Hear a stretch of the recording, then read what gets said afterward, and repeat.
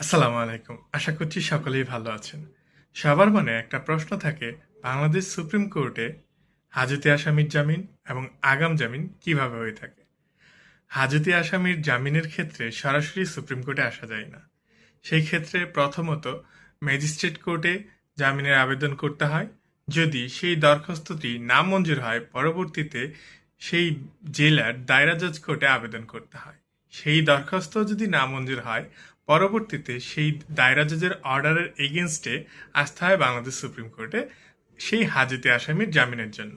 আর আগাম জামিনের ক্ষেত্রে সাধারণত যদি মামলার এফআইআর এর কপিটা ম্যানেজ করা যায়, সেই ক্ষেত্রে সেটা দিয়ে সরাসরি বাংলাদেশ সুপ্রিম কোর্টে আবেদন করা যায় আগাম জামিনের জন্য।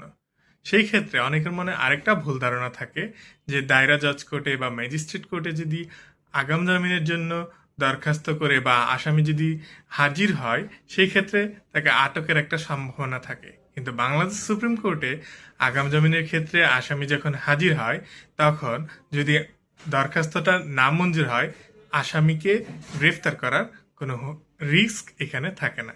ধন্যবাদ সকলকে।